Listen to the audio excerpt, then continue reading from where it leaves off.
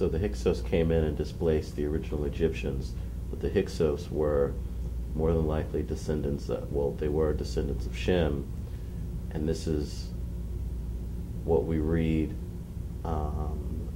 happening along the time of Joseph. When they don't displace them; they overtake through influence the kingdom. The original Egyptians are still there, and we've got to remember displace in terms of reign.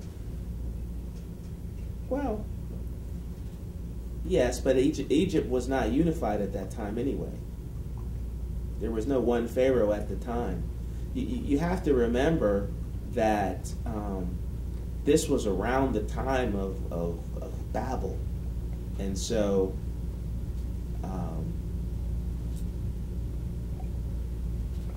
it was in Abraham's lifetime, according to many ancient documents, that Nimrod was alive.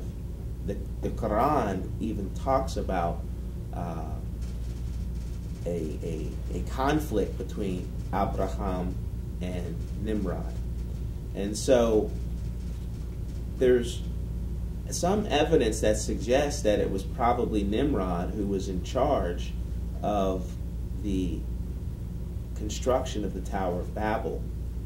The construction of the Tower of Babel was an attempt to do what the Pyramid of Giza actually did do.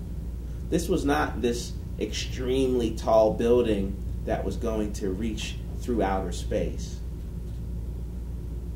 These people were in tune with extraterrestrial intelligences. They knew that you don't have to build a building through outer space. It was an attempt to create a liturgical space, and I'm using liturgical because it's about as close of a word in English that we can come to, but to create essentially a stargate, to create a means whereby the human being could fully come into contact with his extraterrestrial nature and with the extraterrestrial beings that controlled his destiny. So to do that, they needed time, they needed space, and some other resources. And so with the Tower of Babel, Babel does not really mean confusion. Babel, it has to do with God. Anytime you see El, you're dealing with God. This was a path to God. And but you have to ask yourself, why did the Elohim, because it doesn't say God in the original Hebrew, why did the Elohim frustrate this effort? Why did Elohim not want people collectively to have this access? Well, that's a very good question, and it has everything to do with the fact that the authority that they were under was corrupt.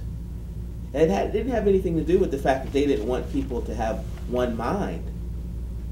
The scriptures are very clear when they describe Nimrod that he was a Gibborim, which means he was a great warrior. He was a man of violence. He was an alpha male.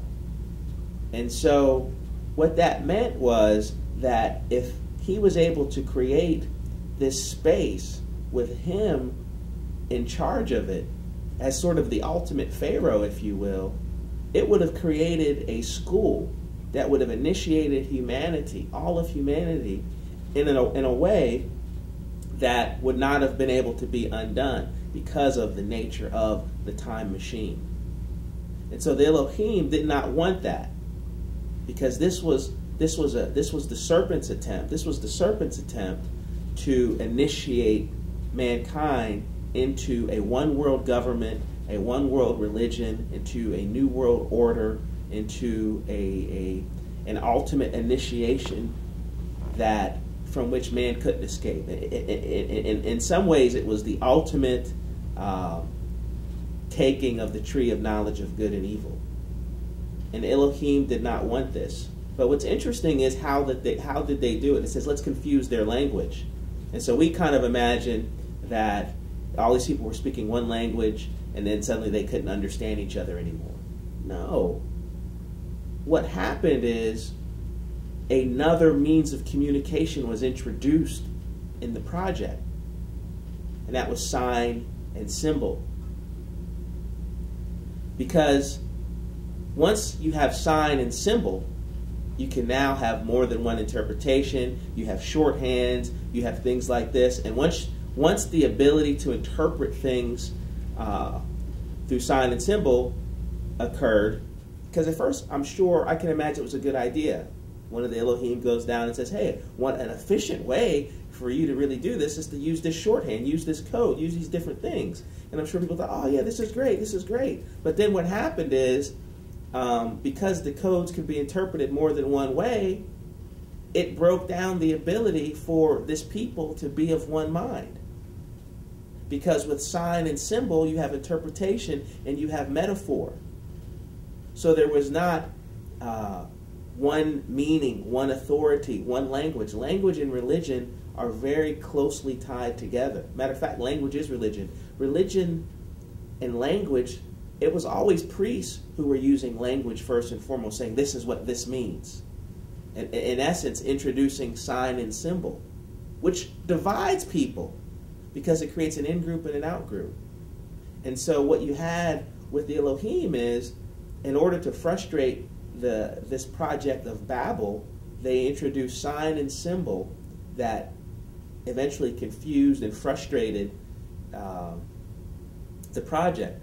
But it also empowered certain people, because now there wasn't just one Jibbarim, there was many, because some people say, oh, I have the right interpretation. No, I have the right interpretation. No, he has the right. And so the groups broke up trying to discover the best way to build the time machine. The time machine was possible. Why would the Elohim have stopped them if it were not possible for a man to come together and build a Stargate? The whole point of why they frustrated the efforts is because it's possible. Yet they allowed Shem to build the Pyramid of Giza as a time machine. Exactly. Yet they allowed Shem to build the Pyramid of Giza, and here's why. If you go back into Genesis, hold on one second.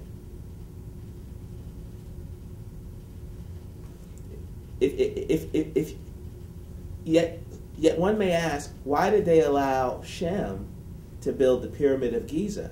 Well, the answer is right there in Genesis. It doesn't say, let's build a tower. You know what the word for tower in Hebrew is? That's used in Genesis? No. Shem. Let us build a Shem. Shem means name as well. Let us make a name for ourselves. Well, it's not just saying let us make a name for ourselves. It's saying let us create a means by which we can understand our authority. So wait, Shem means tower or Shem means name? Shem means name. This is why you say Baruch. Shem means name. This is why you say Shem means name. This is why you say Baruch Hashem. Blessed be the name. A Shem is also a means by which one can understand their authority. A Shem is a means by which one can understand where they stand with the gods. The Shem, Hashem, is a name for the Most High. El Elyon. And so they were trying to make a God. They were trying to make a religious system. They were trying to make a means of understanding and defining their navigation of time and space. It was frustrated because it was false. The reason why Shem or Melchizedek was able to produce his was because it was not false. He had received the blessing from Noah.